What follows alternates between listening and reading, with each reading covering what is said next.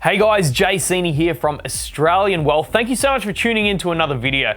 And this one I think is a really important one for a lot of people to listen to, because today we are talking about the traits that successful people have.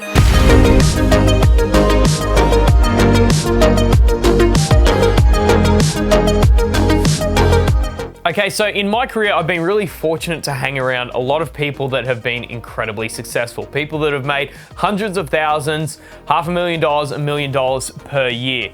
And there's a lot of familiar threads with these people. There's just some really subtle things that you pick up on over time. It's something that I've seen a lot of these people have in common, and it's probably a good indicator of why they are making lots of cash. So I've got 10 different traits which I think are really important and have helped these folks to generate a lot of money and have created a lot of value for people in the world. So before we get started, please make sure you like and subscribe to the channel. It really helps to get these videos out to more people, and hopefully this information can help you and some other people. Okay, now the very first trait, which I think is one of the most important ones, is the ability to delay gratification. So what does that mean if you're delaying gratification? So basically it means that you're going to forego short-term gains for a longer-term goal. Now this is a very important one, and humans are basically governed by the chemicals in our brain. It's really that simple. So overcoming short-term urges like impulse purchases is something that's very important and is a very common trait among successful people, is they avoid those kinds of things. Knowing that there's a longer-term goal in the future that you're aiming for is such a great driver for success. And if you're constantly getting sidetracked, making impulse purchases on the side and not working towards a bigger goal, then that is obviously going to lead to not as good a result. So it's a really important step which I think a lot of people miss. Most people make money from their job and then they'll go and buy things. But there's this step in the middle which is really important, and so many people miss it. You make money from your job, then you buy investments, either stocks, real estate, something like that that's going to make you money, and then you use the passive income from those sources to then buy your things. Because that way you're not losing money, you're just living off the interest basically from your investments. So of course this can take a fair bit of time to build up, 10, 20 years to be able to accompany what your lifestyle would entail. So a lot of the time this can take a long time to build up. So 10 years, 20 years to build up a substantial investment portfolio that's going to end up paying for your living. Being able to delay gratification until later on, so then you can get those things and you're well supported, is a very good way to live a successful life. So that's the first one. The second one is perseverance and drive. Now, one of the biggest indicators of success is industriousness and conscientiousness. If you're someone that is very conscientious and likes to work really hard on things, then chances are you're going to have a better chance of success in the future. Now, this is pretty self-evident, I think. If you're not willing to work very hard, then you're probably not going to get the results that you are looking for. Now, successful people often have these traits and they persevere and they work on a goal and they have the drive to continue working on their goal. And that's why I think it's really important to find something that you're incredibly passionate about, because if you're doing something that you don't really like, then you're not going to be able to have that drive to go in and compete every single day to achieve the best results that you can. Because a lot of the people that are successful, not in every single case, but a large majority absolutely love what they do. They completely love their jobs and they'd be doing it even if there was no money involved. So it's a really good tip for making sure that you have a great amount of drive, is to really find something that you love and you're passionate about, and that's going to help to increase your perseverance. Now, the next trait that a lot of successful people have that I've noticed is consistency.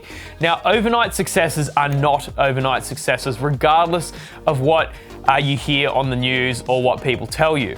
Being in the industry that I'm in around music, I've seen a lot of these overnight successes, and I know how much hard work has gone in at the back end over years, sometimes 10 or more years, to make it appear as if it's an overnight success, when it is definitely not the case. So people know that if you're trying to build a business, you're not going to go from $0 to $100 million within the first week. It's just not going to happen. Unless you're someone that's built up an insane reputation in the business world, then it's quite easy to raise a lot of money if you have a great project. But if you're doing something that's unproven, then it's going to take a lot of time to build from zero to where you want to be. So successful people always have consistency. They know if they're doing something right and they're consistently working on it over time, then that's going to lead to fantastic results in the future.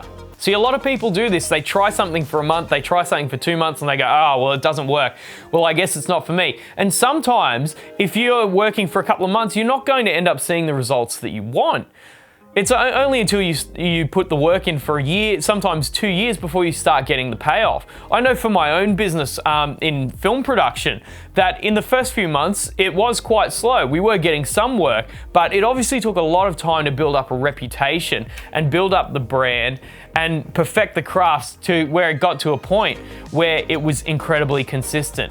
But the thing that had to remain consistent was my work ethic all the way through. So consistency is a huge one. All right, now the next trait that a lot of successful people have is long-term goals. Now, you'd be surprised how important long-term goal setting is.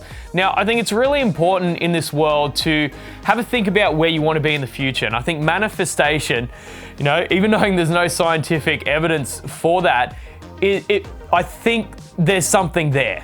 If you can believe it and you can think about it, I firmly believe that you're much more likely to attract what you want to do. So long-term goals is huge. If you want to be running a successful company in the future as a CEO, you want to be the boss or the founder, then it's really important that you have that long-term goal and you have small actionable steps to get to that position. See, goals are just dreams with a timeline. And that's the problem I think that a lot of people have, is they have dreams, which are great dreams, but they don't have steps that are actionable so they can get from A to B. They're saying, oh, well, one day I'd love to do that. Well, look, one day is going to come around and you're not going to be there unless you have small actionable steps that you can take every day to grow the business in the right direction. So a lot of these traits feed into one another. You'll see that long-term goals has a lot to do with consistency, which has a lot to do with drive and perseverance.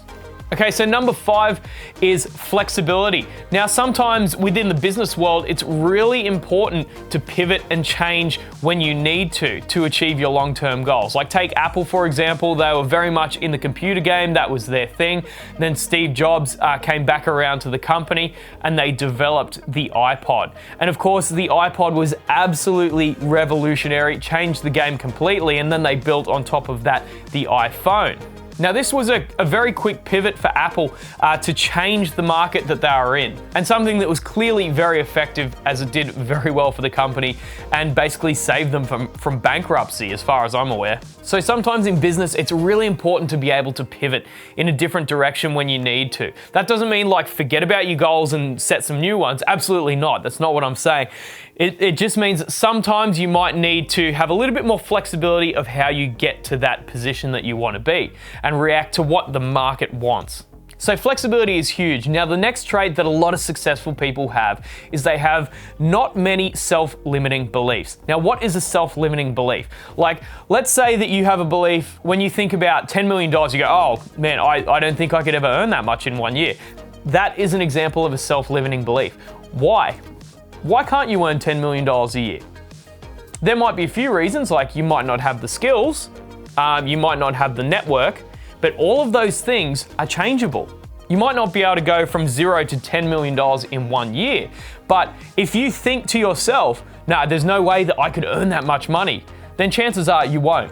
But if you have the mindset of going, okay, well, maybe I think I could earn $10 million a year, I just need to develop the skills, and you go out and seek the skills and network with the right people to earn that kind of money, then chances are you're going to be much closer to that goal than you think. For most people, they don't even try because they're too scared to try. And I think that is something that's really important to note, is that most businesses fail before they even start because people don't try. They're not willing to give it a go because in a lot of cases, they're scared of failing. And I think failing is such an important part of being a human. Like the way AI learns is it learns by failing. And I've seen videos where there's been an AI program learning how to park and it's failed 300,000 times before it's managed to get quality parking. And humans are the same. If you're just nailing everything first go, then chances are you are not performing at your peak. If you're just getting everything right first go, you're probably not playing at the level that you should be playing. You want to be failing. You don't want to be failing all the time, but every single time you do fail, you're learning something new. And that's really important because experience and wisdom is such a big part of growing as a person and increasing your wealth. So as much as you can, get rid of self-limiting beliefs. That's what they are. They are self-limiting and they're stopping you from achieving what you want to do. Now, number 7 that I want to talk about with successful people and the traits that they have is that they're always learning. Now, there's only so much information that we can cram into our heads at any one time. There's no way that one person can absolutely know everything on this earth. And that's why it's really important to be always learning, always refreshing, finding new ways of doing business. I think it's absolutely crucial, because if you're always upskilling, then that really is the name of the game. If you have high income skills, and the more high income skills that you can develop, then people are going to want that. They're going to want to pay you to do what you can do, which other people cannot do. So successful people, spend a lot of time reading. Personally, I spend a lot of time watching educational videos on YouTube. I find that's a really effective way for me to learn. It's very much like a lecture at uni, or also like you would have a tutor group where you'd be thinking and talking back and forth. And I find that's a really effective way for me to learn. Now, it's obviously different for everyone. Some people learn by doing, some people learn by hearing, and some people learn by seeing. So it's really important for you to work out what's best for you and how you learn, because that way you can make the most efficient use of time. So always be learning. Now, the next one is number 8, and that is a lot of successful people develop great networks. Now, I'm sure you guys have heard the saying that, you're the average of the 7 people that you spend the most time around. It is 100% true. I made a very dedicated effort in my life a few years ago to start hanging around people that were achieving what I wanted to achieve. And that has led to some fantastic results for my business and has opened up a lot of doors and opportunities. So if you're hanging around people that go out every single day and just get on the piss and don't do anything with their lives, then chances are that's where you're going to end up, because as you try and get out of that, those people are likely to pull you back. Now, I'm not saying completely cut those people out of your life, because you can have some really fun times with them, but I think it's very important that you are spending the majority of your time with people that are where you want to be. You always want to be learning and growing from these people. So like I said before, a lot of these traits always slot into one another. And I think this is another one. If you're around people that are doing bigger things than you, then chances are you're going to learn from them. And that's really important in development and growing a business. Networks, I think, are a huge part of being successful in business. And a lot of people say, I just don't have the network. That's why I can't be successful in business. Well, that's another limiting belief. These networks are not built overnight. They're built over time. So it comes back once again to consistency. Okay, now number 9 is willing to take calculated risks. So many people play life on easy mode. And what I mean by that is that they're in a comfortable bubble, and it's really easy to do because our needs are looked after. For most people, especially in the West, it's a very comfortable living. But sometimes comfort can be the absolute worst enemy of growth. And sometimes it is really important to step outside your comfort zone and take on a project that's just going to push you that little bit further, that's going to be a little bit harder, that you have to really concentrate on to make sure that you're going to make it happen. See, I think a great place to live in your mind is teetering on the edge of I don't know what I'm doing. I find that's a great place, especially that's worked really well for me. So riding that line between challenging and I don't know what I'm doing is a great place for constant growth. And I think if you're riding that line right, then that I don't know what I'm doing eventually becomes challenging and then becomes easy. And the more you do this, the more you continue to strive to get outside the box and do things which are challenging, then it's going to lead to a lot better life experience and a lot better results in business. Okay, now the final one that I want to talk about is having an abundance mindset. Now, this is something that some people will find quite easy and some people will find really challenging. Now, a lot of people talk about the pros and cons of, trying to save heaps versus earn more money. I personally fall into the camp of earning more money because I think that there's only so much that you can cut expenses before you can't do anything else. And if you do cut any more, then it's usually at a cost of life quality. So there's basically no limit on the amount of money that you can earn, but there is of course a limit on the amount of money that you can cut from your budget. So I think it's really important to think, okay, well, how can I invest more in my project that I'm doing to make more cash, rather than, okay, how can I save money to do this? How can I invest over here to achieve greater results? Now, I have an example of this. When the pandemic hit back in March, obviously all of the shows for everyone, including myself, were completely shut down as a musician. So I thought, okay, well, what can we do? How can we replace this so that musicians can still play shows and they can still make money? So the first thing that I did was do some research on live streaming, and I went and spent probably $2,000 or $3,000 on some great live streaming gear. And once I had that gear, I learned how to use it, once again teetering on the edge of I don't know what I'm doing, and I spent the time to learn how to actually do great live streaming. And then as a result, I could offer that to people. And some people have come in, played shows, and they've made some money from doing the live streams with me, which is great. If I just went, oh, well, you know, it's a pandemic, I better tighten up my spending, I don't know when my next check is coming in, then that would have led to a loss of income from that particular growth vector. But instead, you know, I took the money, I invested, and that led to great results from that particular venture. So it's important to not be too tight with your money. Obviously, don't be stupid and spend on things that aren't going to lead to an increase in your income, because that would just be very counterproductive. And just learn more and feel free to invest in the things that you think are really going to benefit your business. So there's a lot of traits that I think were very similar across a lot of successful people, and also some of the things that I've learned over the years of being in business. So I hope you found this video enjoyable. Make sure you like and subscribe to the channel. It was great to have you watching the video. Hopefully you can share it with your friends, and you know, they can pick up a few of these tips if they're looking to run a successful business. So my name is Seeney, and we'll see you later.